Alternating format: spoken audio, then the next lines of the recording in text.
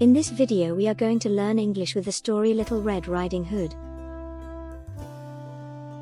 Remembering that you can change the speed and activate subtitles in Portuguese if you prefer. At the end of this video we will have a challenge for you.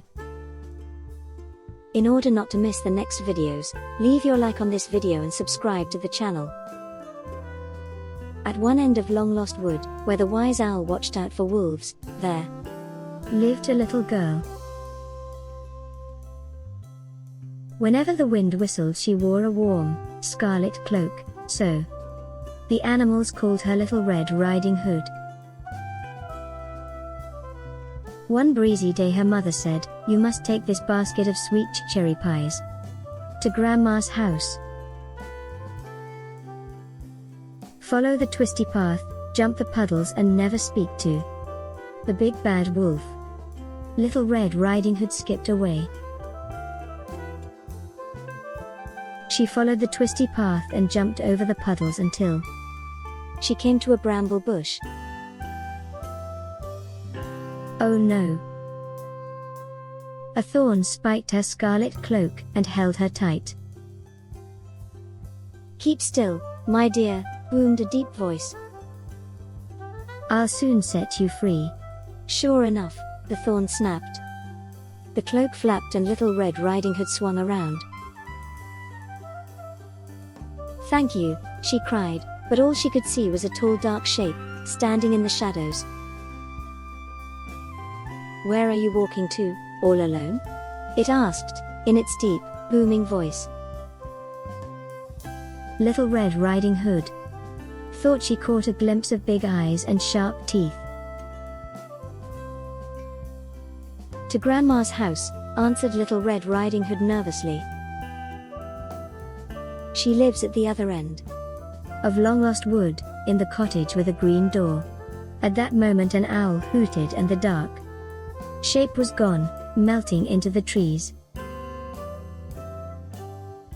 Little Red Riding Hood didn't know she had just met the big bad wolf, so she just wandered along happily, singing tunes to herself. Meanwhile, the hungry wolf raced to Grandma's house and knocked on her green door. "Let me in, Grandma," he said in his squeakiest voice. "I have brought you a basket of sweet cherry pies." But did Grandma put on her two pointy shoes and let him in?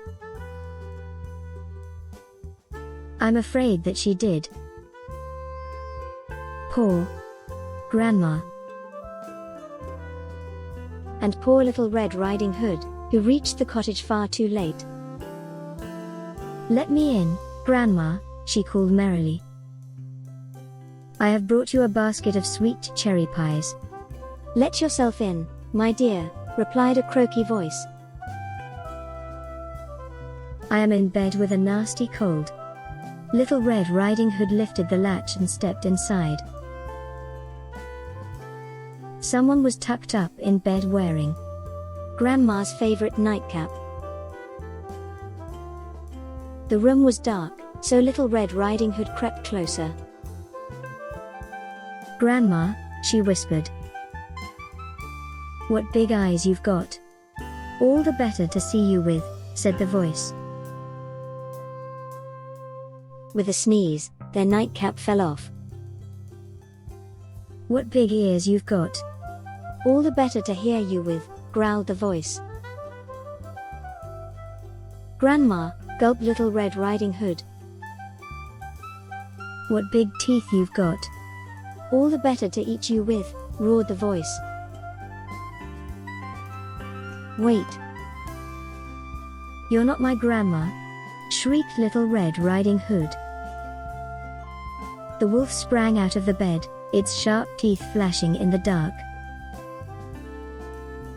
"And that's why you should never stop and speak to the big bad wolf." Now Little Red Riding Hood saw his fat tummy and she screamed, "Help! Help! The big bad wolf has eaten my grandma, and he wants to eat me too."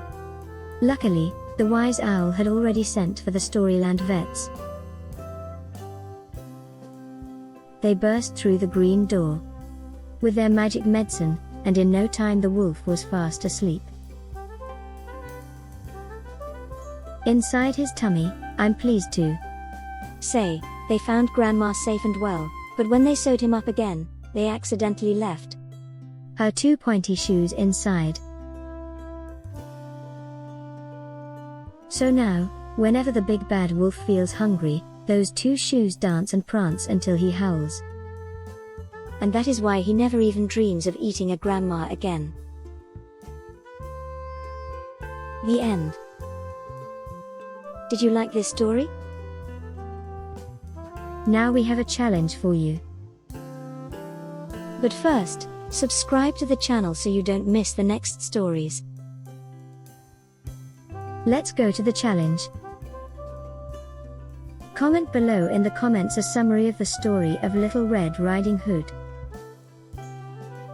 Or if you are a beginner, write in just 1 sentence what this story is about. Challenge worth it. Can you make it?